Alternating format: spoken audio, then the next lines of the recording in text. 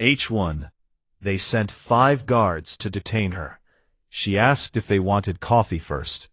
H1. Part 1. The Arrival. The station was quiet that morning.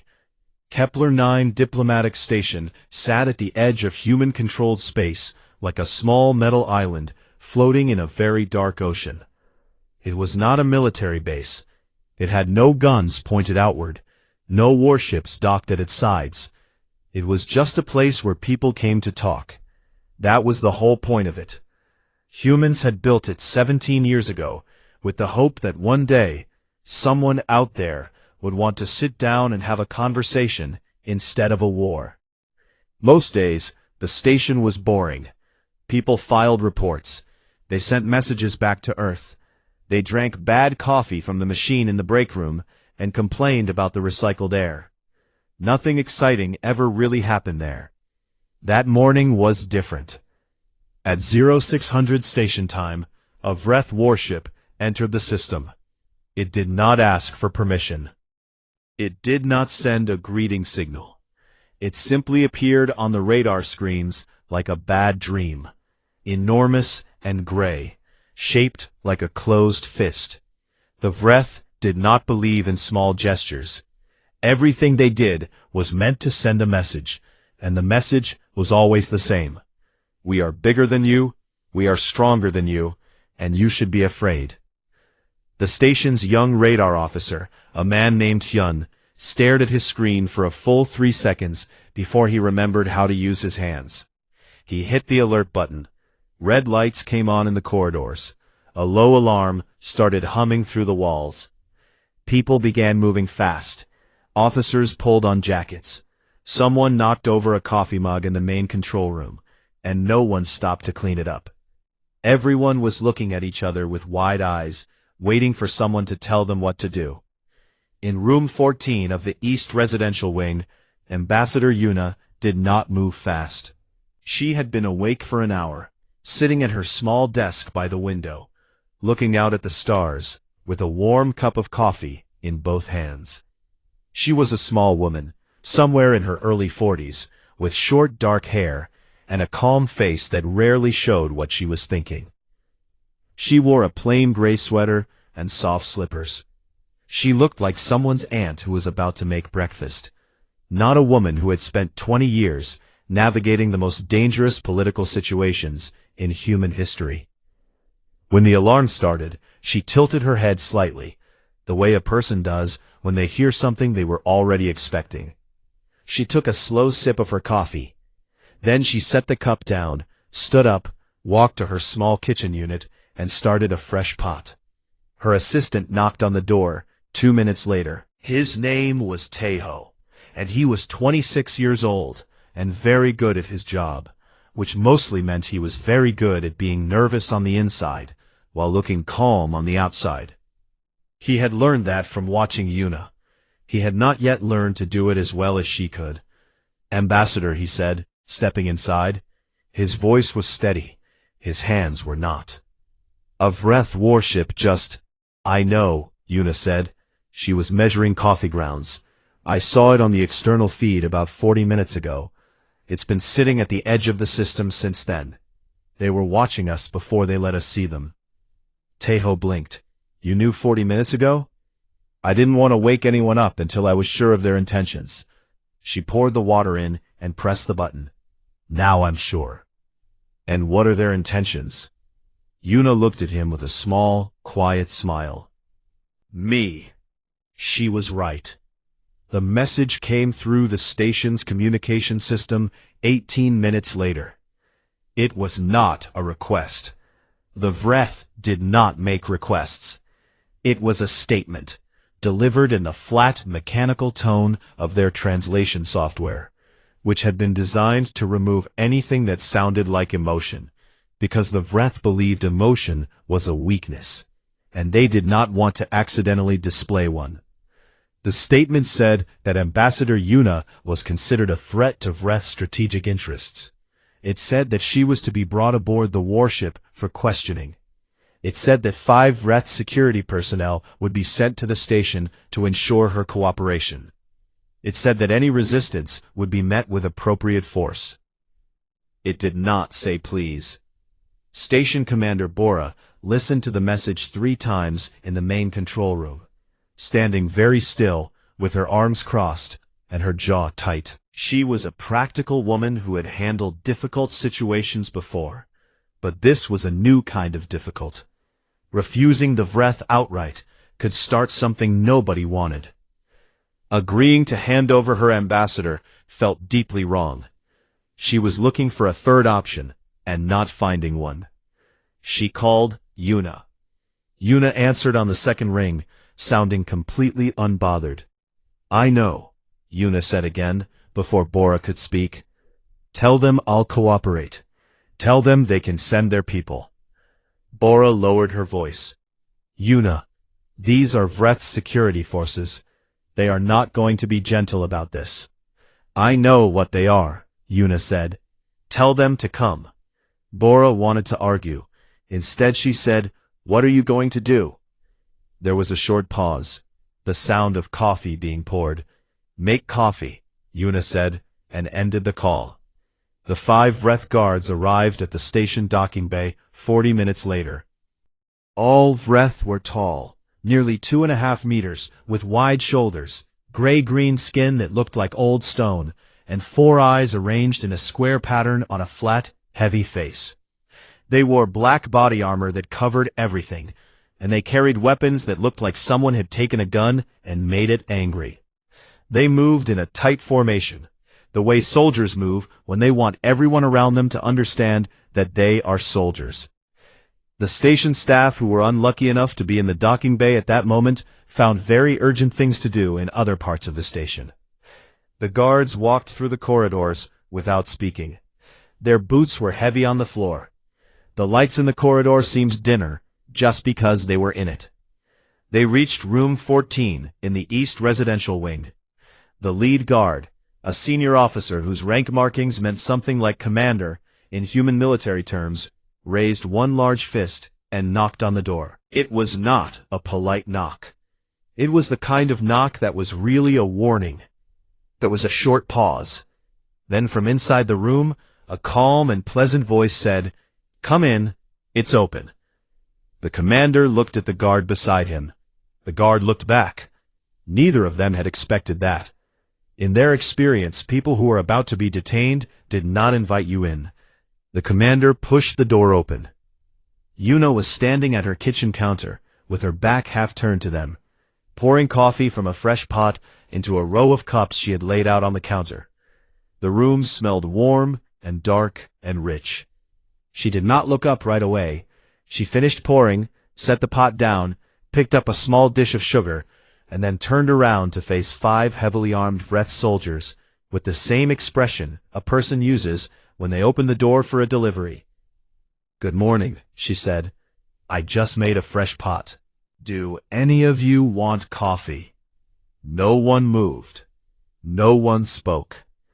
The lead commander stood in the doorway of the small room with a weapon on his belt and orders from the High General, and 17 years of military training, and he had absolutely no idea what to do next.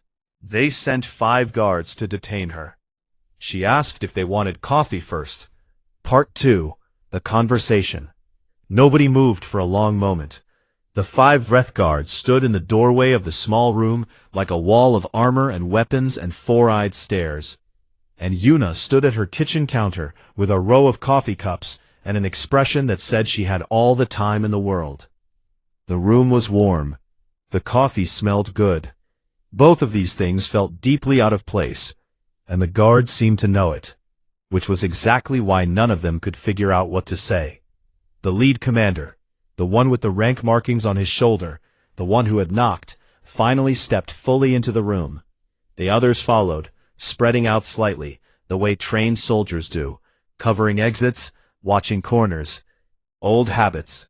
They had done this 1,000 times on 1,000 different worlds. They knew how detainments worked. This one was not working the way detainments worked. Ambassador Yuna, the commander said. His translated voice came out flat and mechanical, but there was something underneath it.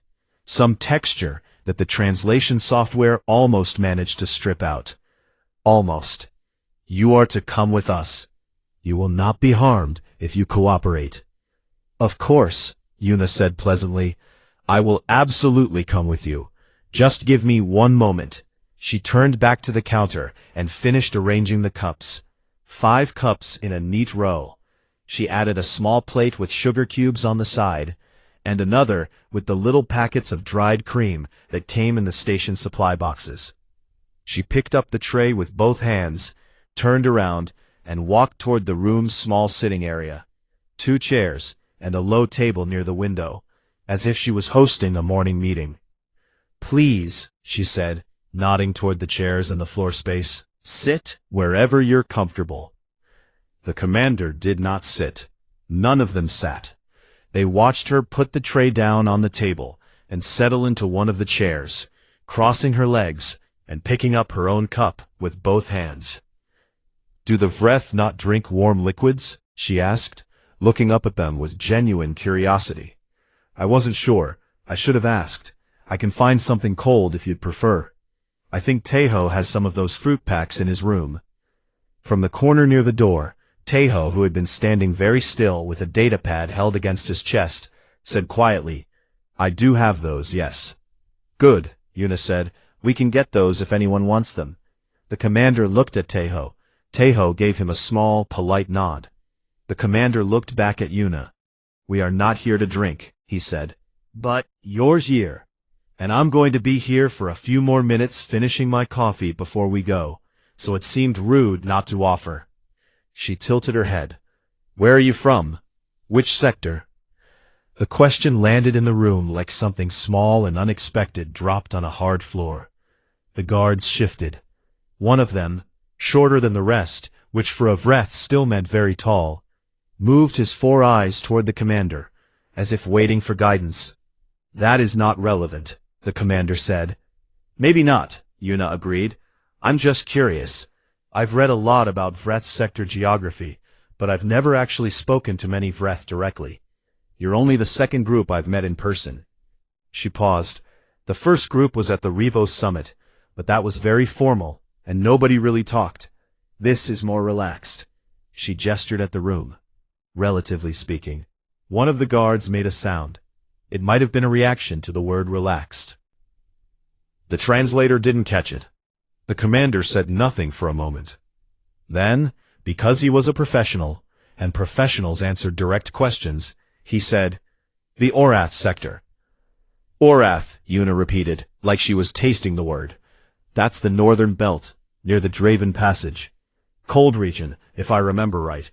The gravitational pressure is higher there than in most Vreth territories. The commander was quiet for 2 seconds. You know of Orath sector.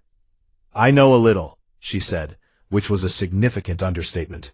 She knew the population numbers, the primary military installations, the resource exports, and the name of every senior official who had served there in the last 30 years. The gravity there must have made training harder. I've read that soldiers from high-pressure sectors tend to have better endurance than average. Is that true in your experience? The guard on the left, the tallest one, who had not made any sound until now, said, It is true. The commander looked at him. The guard stopped talking. You don't have to be quiet on my account, Yuna said to the tall guard. I asked, it's a real question. She looked at the commander. I promise I'm not trying to cause problems. I'm just a person who likes to know who she's talking to before she goes somewhere with them. It's a personal habit. The commander studied her for a long moment. His 4 eyes were unsettling up close. They moved independently sometimes, tracking different parts of the room at the same time, which was meant to be intimidating. Yuna met all 4 of them without blinking. You are very calm, the commander said slowly. I try to be, she said. Panic doesn't help anyone. I've learned that. She picked up a sugar cube from the plate and dropped it in her cup. Can I ask your name? Not your rank. Your name. Another pause. Longer this time. Darrow, he said. Darrow, she repeated. That's a good name. Strong. Short. She smiled at him over her cup. I'm Yuna, but you already know that. Taeho, watching from his corner, kept his face completely neutral. Inside he was experiencing several emotions at once, none of which he could express. He had worked with Yuna for 3 years. He had watched her do things like this before. Walk into the sharpest part of a difficult situation and somehow make it softer, just by talking. But he had never seen her do it with 5 armed Vreth soldiers standing in her living room. He pressed the small button on the side of his datapad. The recording light, visible only from his angle, blinked on. Yuna was still talking. She had moved from the topic of Daro's home sector to the length of the journey from the warship to the station, which had led to a short exchange about Vreth navigation methods, which had somehow wandered into a question about crew rotations on long-distance vessels. Daro was answering in short, careful sentences. 2 of the other guards were listening now, leaning very slightly forward, without seeming to realize it. The tall guard on the left had answered 2 more questions. His name, it turned out, was something the translator rendered as Grev. He was from a different sector entirely, not Orath, but a coastal region in the southern belt, where the gravity was lighter. He had transferred to Daro's unit 8 months ago. He had been on 6 detainment operations before this one. None of the others had been like this one. He did not say that out loud, but his posture said it. Yuna nodded thoughtfully. 6 operations, that's a lot of experience. You must be trusted in your unit. She looked at Grev with something that was completely genuine. Not flattery, just honest attention. And Grev stood slightly straighter without meaning to. Daro noticed. He crossed his arms. We should go, he said. Of course, Yuna said immediately. She finished her coffee in one last sip, set the cup down neatly on the tray, and stood up. Taeho, can you? Already packed, Taeho said, holding up a small travel bag. She took it from him, nodded once, and turned to face the 5 guards with a calm and ready expression. I'm ready whenever you are. Daro looked at her. She had just spent 30 minutes in a room with his unit, 5 of the Vreth Collective's trained security personnel, and she had somehow turned a detainment into a casual morning conversation. He could not identify the moment when that had happened. He could not identify how. She had not raised her voice. She had not tried to run or negotiate or threaten. She had just talked. And somehow, that was worse than if she had done any of those other things. Because Daro was a professional, and professionals were trained to handle resistance. They were not trained to handle a small woman in a gray sweater who asked about your home sector and made you want to answer her. He moved aside to let her through the door. She walked out into the corridor with her bag over one shoulder, steady and unhurried, as if she were heading to a conference she had scheduled herself. Taeho followed, datapad tucked under his arm, the recording still running. In the station's security observation room, Commander Bora watched the feed from the corridor cameras, with her hands folded on the desk in front of her, and an expression on her face that was equal parts worry and something close to awe. She had sent Yuna into that room expecting to see fear. She had expected shouting, maybe. Tears, possibly. Certainly not this. Certainly not a row of coffee cups and 30 minutes of polite conversation that ended with 5 Vreth guards following a human woman out the door, like they were the ones being led somewhere. She reached for her own cold cup of coffee and drank from it without tasting it. On the other side of the station, in the small records office nobody ever used, a quiet data transmission had already begun. A narrow beam, carefully compressed, pointed at a relay node 14 light minutes away. It carried a packet of information that had been assembled, very calmly, over the course of a 30-minute conversation.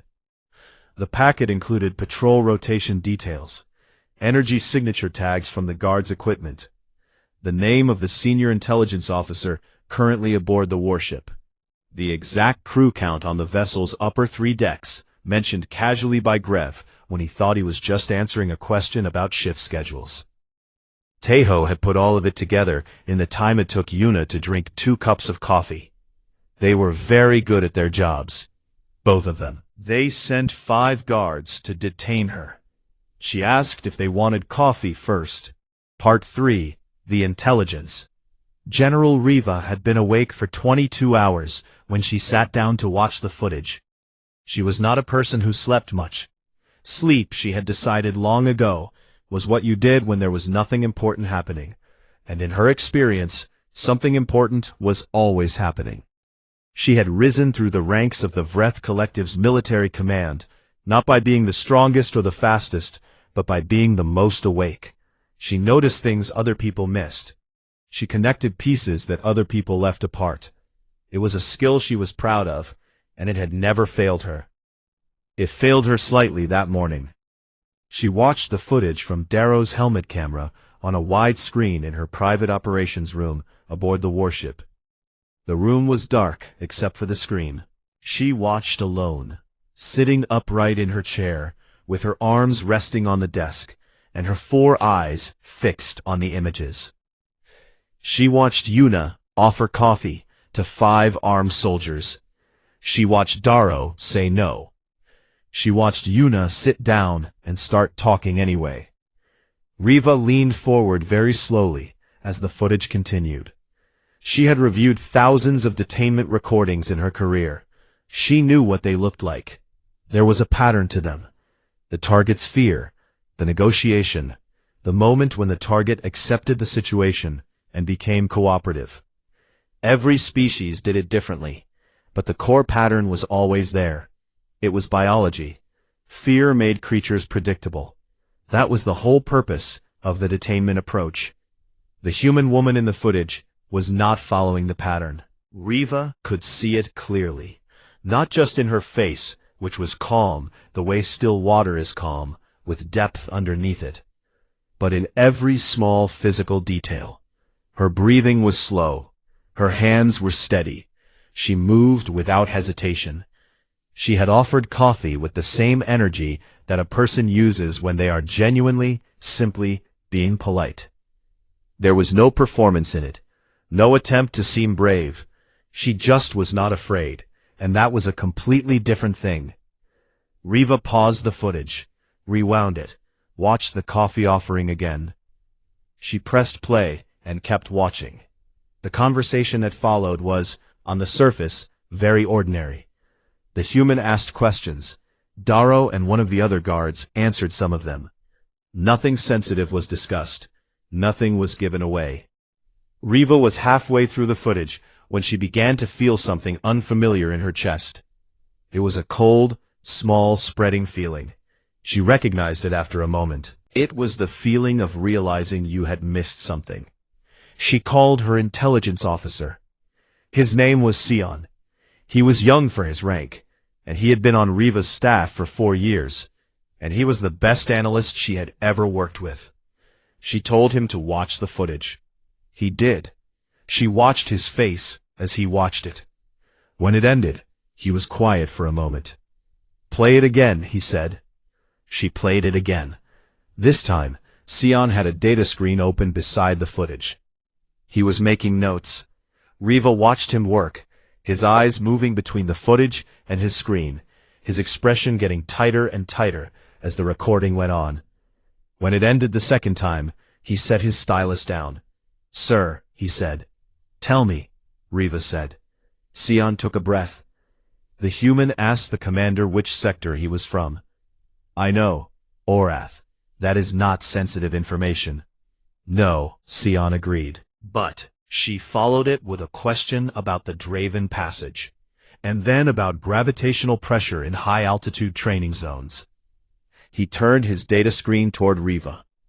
"Our active patrol rotation for this sector uses a gravitational-assisted course in the Draven Passage. That detail is listed in internal strategic documents. It is not publicly known." Riva said nothing. "She asked Darrow about crew rotation schedules," Sion continued. "He said he deferred, but the guard, Grev, answered a question about shift lengths. He mentioned the morning to mid-rotation on the upper decks. That corresponds exactly to the pattern we use for this class of warship. He paused. She also asked about the journey time from the warship to the station, and Darrow answered. Based on travel speed and distance, that number tells you something about our position relative to the station at departure. Combined with the arrival time on the station radar logs. He stopped. It gives our approach vector, Riva said. Yes, sir. Riva was quiet for a long time. On the screen, the footage had ended and was showing the last still image. The human woman walking out into the corridor, with her bag over one shoulder, her back to the camera, small and unhurried. She also asked Grev about his previous operations, Sion said carefully. He mentioned 6 detainments. The way he described them, the sectors, the methods, it is consistent with operations in the outer buffer zone. That is a strategic area. Someone who knows what to listen for. Could build a picture of our operational reach, Riva said. Yes. Riva stood up. She walked to the window of the operations room and looked out at the stars and the distant shape of the human station. It looked small from here. One little metal station at the edge of human space with a few dozen people in it, none of them soldiers. She thought about what it would take to do what the human woman had just done. Not the questions themselves. Those were simple enough once you knew what you were looking for. What she was thinking about was the control it required. To be in a room with 5 armed soldiers, facing detention and interrogation, and to be calm enough, genuinely, actually calm enough, to listen carefully, to remember everything, to ask the right questions in the right order, without ever letting anyone in the room realize what you were doing. That was not a trick. That was not training in the way Riva understood training. That was something else. She knew we were coming, Riva said. Before we sent the message, she knew. Sion looked at his notes. The station radar records show the warship was first detected 40 minutes before we sent the detainment order. The ambassador's room light was already on. She had 40 minutes to prepare. She spent most of it making coffee, Sion said, in the tone of someone reporting a fact they do not fully believe. Riva turned away from the window.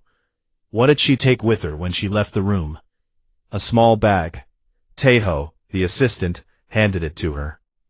What was in it? Sion hesitated. We didn't scan it at the door. Darrow's unit didn't follow scan protocol.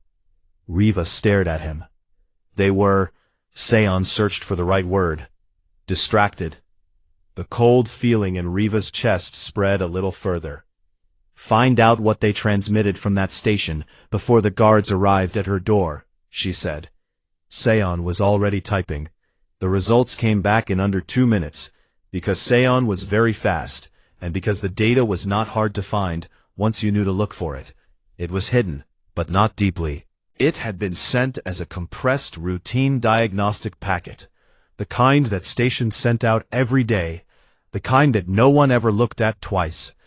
Someone had been very careful about making it look boring. Sion read the contents. He read them again. His face did something quiet and complicated. Sir, he said, this was sent 41 minutes before we dispatched the guards. What does it contain? He turned the screen toward her. Riva read it. She was a general with 31 years of military experience, and she read the contents of that transmission with the slow, steady focus of someone who was making sure they were understanding something correctly before they reacted to it. The transmission contained patrol rotation data, energy signature logs from 3 of her best security units, the full name and current rank assignment of Sion himself, the lead intelligence officer aboard the ship, whose identity was classified, a partial map of the warship's upper deck crew positions, and a brief, precise summary of the Vreth Collective's likely tactical response options to a human diplomatic refusal, written with a level of accuracy that suggested the author had read internal strategic planning documents. There was a note at the end of the transmission. It was short. It said, received and logged, confirmed secondary relay successful. It had been confirmed. Riva set the data screen down on the desk. She sat back down in her chair. Outside, the human station continued to float quietly in space, doing nothing, looking small and harmless and completely unimportant. She wasn't being detained, Sion said, in a very careful voice. No, Riva said. She was running an operation. Yes. Sion was quiet for a moment. We sent 5 guards to detain her. Yes, Riva said again, and she asked them if they wanted coffee. Riva said nothing. She looked at the still image of the human woman walking out into the corridor, bag over her shoulder, unhurried and calm. Get me every piece of information we have on Ambassador Yuna, she said at last. Her history, her career, every negotiation she has ever been part of, every situation she has ever walked out of. Sion was already standing. Yes, sir. And Sion. He stopped. Find out who else she has talked to, Riva said. In the last 6 months, every contact, every meeting, every name. Sion nodded and left. Riva sat alone in the dark room and looked at the screen.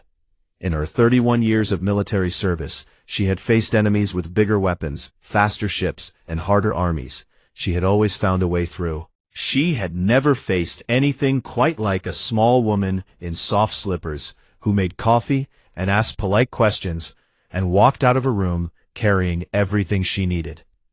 She was beginning to understand, slowly and uncomfortably, that this was a different kind of problem than any she had handled before. And somewhere on her own warship, in the plain metal room they used for holding detainees, that same woman was probably sitting quietly, with her hands folded, waiting. Riva very much wanted to know what she was waiting for. They sent 5 guards to detain her. She asked if they wanted coffee first. Part 4. The Offer. The holding room on the warship was exactly what Yuna had expected. Cold, gray, a bench built for a Vreth body, which meant it was too wide and too tall for her. She sat on it with her feet not quite touching the floor, which she found mildly amusing. A single overhead light, no windows, a door with no handle on the inside. The kind of room designed to make a person feel small and alone, and very aware that they were not in control of anything. Yuna folded her hands in her lap, and looked at the ceiling, and thought about what she was going to say when they came to question her. She had been in rooms like this before. Not identical ones, but rooms with the same intention, spaces built to deliver a message without saying a word. The message was always, "You are powerless here." She had learned a long time ago that the message was only true if you believed it, and she found it very difficult to believe things that were not accurate. She was not powerless here. She was exactly where she had planned to be. The door opened 2 hours after she arrived. General Riva walked in alone, which Yuna had not expected. She had expected a junior interrogator first. That was the standard approach. Soften the target with a lower-rank questioner before the senior officer came in. The fact that Riva had skipped that step meant one of 2 things. Either she was very confident, or she was very worried. Yuna looked at her face and decided it was the second one. Riva was impressive in person, taller than Darrow, with a stillness about her that came from authority rather than effort. Her rank markings ran the full length of her left shoulder. She had the kind of face that had spent many years making decisions and had gotten comfortable with it. She sat down across from Yuna. There was a second bench against the opposite wall, and looked at her for a long moment without speaking. Yuna waited. She was good at waiting. "You know why you are here," Riva said. "I do," Yuna said. "You were identified as a threat to Vreth's strategic interests." "That's what the message said, yes." Riva's eyes moved across her slowly. "You do not seem concerned." "I try not to get too attached to outcomes I can't control," Yuna said. "It keeps the blood pressure down." She paused. "Is that an expression that translates? Blood pressure?" "It translates," Riva said. "Good." Yuna looked at her steadily. "I want to be honest with you, General. I have read everything about you that is available in open sources. You are a very good military commander. You have won 11 operations in 30 years without losing a single ship. That is remarkable. I have a lot of respect for it. Riva said nothing, but something in her posture shifted. I also want to be honest, Yuna continued, that I did not come here expecting to stay very long. A pause. You believe someone will come for you? Yes. And yet you cooperated. You came without resistance. Because resistance wasn't necessary, Yuna said simply. Riva looked at her for another long moment. Then she said, We found the transmission. I know, Yuna said. You sent it before my guards arrived at your door. 41 minutes before, Yuna said. Tejo is very fast. Something shifted in Riva's expression. Not quite anger. Something more like the recognition of a person who has just understood a game they thought they were winning, and realized they were not. You knew we were planning to detain you before we sent the order. You had been watching the station for 40 minutes before you announced yourselves, Yuna said. That is not what you do when you want a conversation. That is what you do when you want to assess a situation before you move. I know what assessment looks like from the outside. So you transmitted everything you had. Everything I had gathered up to that point, yes. Yuna tilted her head. I gathered a little more during the conversation with your guards. The room was very quiet. I do not know, Riva said in a careful and deliberate voice, whether to treat this as an act of aggression. I understand that, Yuna said. I think the relevant question is not how to classify what already happened. It is what happens next. Riva looked at her. Go on. You came into this system to establish dominance, Yuna said. The Vreth Collective has been pushing at the edges of agreed boundaries for about 8 months now. Not aggressively, not yet, but consistently. Small moves, the kind that build into something larger over time if they go unanswered. Riva did not confirm or deny this, but she did not stop listening. Earth Command has been watching, Yuna said. They have been patient because they prefer patience over conflict. But patience has a shape, and that shape has limits. She kept her voice even. What I transmitted this morning was a demonstration, not a weapon, a message. It said, we see you clearly. We know your positions. We know your people. We know your plans. And we want to talk before any of this becomes something neither of us wants. Riva was very still. That message, she said slowly, is also a threat. Every honest statement of capability is a little bit of a threat, Yuna said. That is just reality. I would rather be honest about reality than pretend things are different than they are. Another silence. Longer this time. Then, from somewhere behind the door, there was a sound. Voices. A brief exchange in the corridor. The door opened from the outside, which surprised even Yuna slightly, and a Vreth junior officer put his head in, looked at Riva with an expression that was visibly uncomfortable, and said something in the Vreth primary language that the room's translator caught as, "The human vessel has docked. He is asking to speak with the general. He brought something." Riva kept her eyes on Yuna. Yuna's expression did not change, but something in her eyes did, a small, quiet light, like someone who has just heard a thing they were expecting and are glad it arrived on time. That would be Lieutenant Juno, Yuna said. She was quiet for a moment, looking down at the small human woman sitting on the bench, with her feet not quite touching the floor. You arranged this. All of it. I arranged the beginning, Yuna said. The rest followed naturally. You allowed yourself to be detained. I needed to be on the ship, Yuna said. For the conversation we're about to have to carry any weight, it needed to happen here, on your ground, not mine.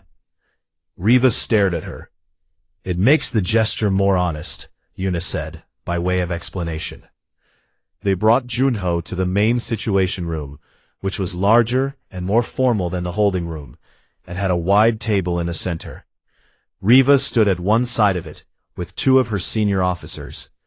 Junho stood at the other side. He was 34 years old, medium height, with an easy posture, and a face that looked like he smiled often, and meant it. He was carrying a flat datapad and a dull metal thermos, and he set both of them on the table with the comfortable confidence of someone who had done this kind of thing before. He poured a cup from the thermos and slid it toward Riva's side of the table. "Ambassador Yuna says hello," he said. "And she says to tell you this is from the good supply, not the machine in the break room." No one touched the cup. Junho nodded agreeably and pushed the datapad across the table. "She also asked me to bring this." One of Riva's officers picked it up, looked at the screen, and went very still. He passed it to Riva. She looked at it. She read it twice. On the screen was a detailed intelligence summary. 6 months of Vreth military movement in the border sectors, broken down by date, location, and formation type. Communication intercepts, energy signature logs from multiple vessels, personnel assignments, strategic planning projections based on movement patterns, laid out clearly and annotated. Everything that had been gathered across 6 months by a very patient and very attentive human intelligence operation that had never once looked like an intelligence operation. It had looked like diplomacy, because it was, both things at once, which was something the Vreth had not fully considered as a possibility. Riva set the datapad down on the table. She looked at Junho. "She could have used this," Riva said. "She didn't want to use it," Junho said. "She wanted to give it to you, so you'd understand that she could have." A long silence fell over the room. Junho poured himself a cup from the thermos. He took a sip. He waited. "Earth Command's position," he said after a moment, "is that the current situation at the border sectors benefits nobody. Resources are being moved. Personnel are being committed. Both sides are watching each other and getting tighter and tighter about it, and that tension doesn't release itself. It just builds." He put his cup down. "Ambassador Yuna would like to propose a joint review of the boundary agreements, in person, at a neutral station. All relevant parties, no weapons on the table." He paused. She was very specific about the no weapons part. Riva looked at him for a long moment. Then she said, "And if we decline?" Junho nodded slowly, as if he had expected the question. "Then the summary on that datapad gets submitted as a formal record to the Interstellar Boundary Council. Public record. Every member state gets a copy." He kept his voice easy, with no edge in it. "Ambassador Yuna thought you should know that. She said she wanted everything to be clear before any decisions were made." The two senior officers on either side of Riva exchanged a look. Riva picked up the coffee cup. Then she set it back down without drinking from it, because she was not yet ready to make that gesture. But she had moved it, instead of pushing it away. It was a small thing, but Yuna would have noticed. "Tell the ambassador," Riva said slowly, "that the collective is willing to hear the proposal." Junho nodded. He picked up the thermos. "She'll be glad to hear it." He turned toward the door, then paused, looking back over his shoulder. "She's still in the holding room, by the way. Whenever you're ready to let her out." Riva looked at her junior officer. The junior officer left quickly. In the holding room, Yuna heard the door unlock. She stood up, straightened her sweater, picked up her bag, and walked out into the corridor. Darrow was standing outside, looking at a point on the wall slightly above her head, his arms at his sides. "Ready?" she said, to no one in particular. She walked toward the Situation Room, with the same easy, unhurried step she had used when she walked out of her room on the station that morning. As if she had somewhere to be, and she had always been going to get there, and everything in between had simply been the route. They sent 5 guards to detain her. She asked if they wanted coffee first. Part 5. The Legend. The treaty took 9 days to write. 9 days of meetings in a neutral station 3 systems away, where the walls were painted a color that was meant to make everyone feel calm and mostly succeeded. 9 days of careful language and slow agreements, and several moments when the whole thing nearly collapsed over a single word in a single clause, and then did not collapse, because Yuna had a way of finding the third option that nobody else in the room had thought of yet. On the evening of the 9th day, Riva signed the document. Her hand was steady. Her face was unreadable. But when she looked across the table at Yuna, there was something in her expression that had not been there on the first day. Not warmth exactly, because Riva was not a warm person, but something closer to recognition. The particular way you look at someone when you have decided they are not what you thought they were. Yuna signed below Riva's mark. Her handwriting was small and neat. Junho poured coffee. Nobody refused it this time. The non-aggression agreement covered the full border sector zone. It established a joint review process for boundary disputes. It set communication protocols for both sides. It was not a perfect document. No treaty ever was, but it was a real one, built on real terms, by people who now understood each other, at least enough to be honest about what they didn't agree on. That was more than had existed before, and more than most people had thought was possible between humans and the Vreth. Most people had not been in the room. Yuna shook Riva's hand across the table before they left. The Vreth did not usually shake hands. It was a human custom. But Riva had looked it up beforehand, and she extended her hand with the careful deliberateness of someone doing something correctly. Her grip was very strong. Yuna matched it without flinching, which Riva noticed. "You planned all of it from the beginning," Riva said, not as an accusation, more as a statement of fact that she had been sitting with for 9 days and had finally decided to say out loud. "I planned the beginning," Yuna said. "I made guesses about the middle. The end surprised me a little, in good ways." Riva studied her. "You could have been wrong, at any point." "Yes," Yuna said. "That is always true." "You were not afraid of that." Yuna thought about it for a moment. "I was a little afraid," she said. "I just didn't find it useful." Riva released her hand.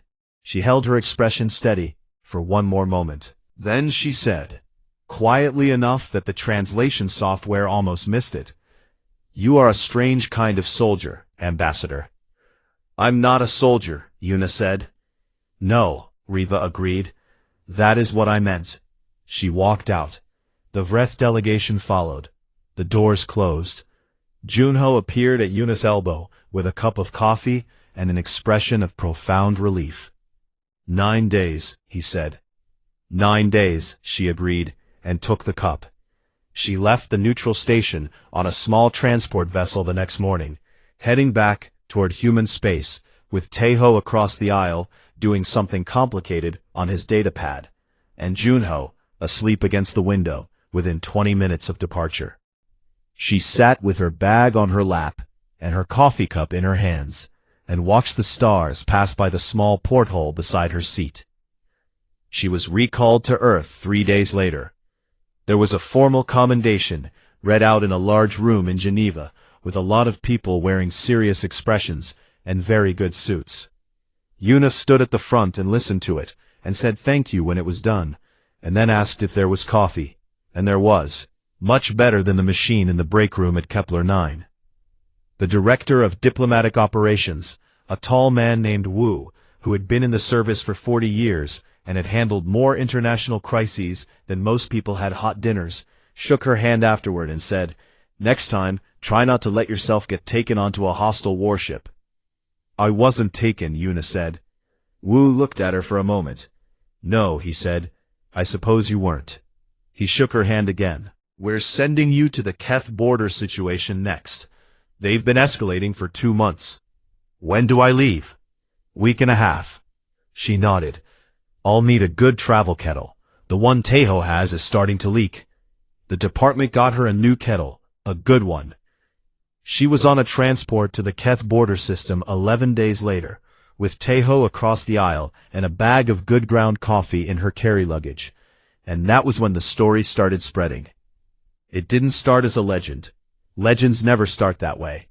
It started as a report, filed by Seon, Riva's intelligence officer. to the Vreth Collective's broader intelligence network, flagging Yuna as a high-priority analytical subject. The report was detailed and precise, as all of Seon's work was, and it described exactly what had happened, from the moment the warship entered the system to the moment the treaty was signed. It was meant to be an internal document. 14 things that are meant to be internal eventually are not. The report passed through 17 different hands before someone forwarded it.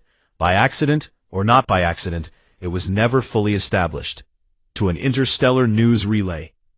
From there, it went to 6 different species information networks within 48 hours. Everyone read it differently. Everyone took a different thing from it. But the detail that stuck, across every version, in every language, in every system it reached, was the same one. 5 armed soldiers, a detainment order, and a small human woman in a gray sweater who asked them if they wanted coffee. That detail traveled faster than the full report. It became the thing people remembered. It became the shorthand for a larger idea, that the humans, who were not the biggest species in known space, or the strongest, or the most technologically advanced, had something that didn't fit neatly into any of the usual categories. A kind of patience, a kind of steadiness, a way of walking into the sharpest part of a difficult situation and making it softer just by being themselves, clearly and completely, without pretending to be anything else. It was not a weapon. It didn't have a name. It was hard to plan against, because you couldn't plan against something that wasn't attacking you.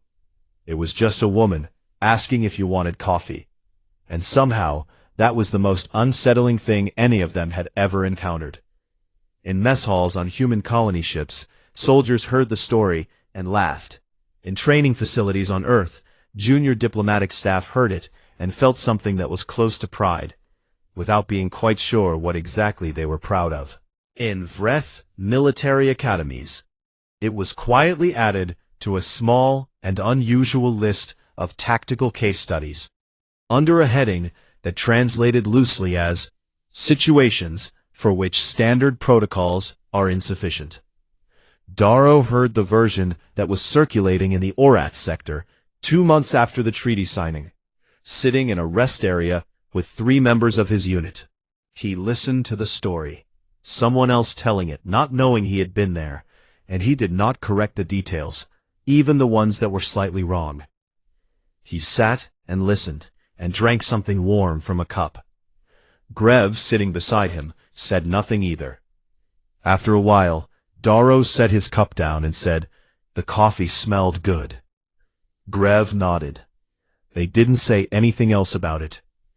Yuna, for her part, spent 8 months on the Keth border situation, which was more complicated than Kepler 9 and required a different approach, because every situation required a different approach. And one of the most important things she had ever learned was that what worked once was a lesson, not a formula. She made notes. She drank coffee. She had long, careful conversations with people who did not entirely trust her. And she listened more than she spoke. And she was patient in the particular way she had always been patient. Not the passive kind, not the waiting kind, but the kind that meant she was paying very close attention while she waited. She resolved the Kef situation in 8 months. No shots fired, no ships lost. She came home for 2 weeks. She slept in her own bed and ate good food, and called her sister, and went for long walks in the morning, when the light was new, and the city was quiet.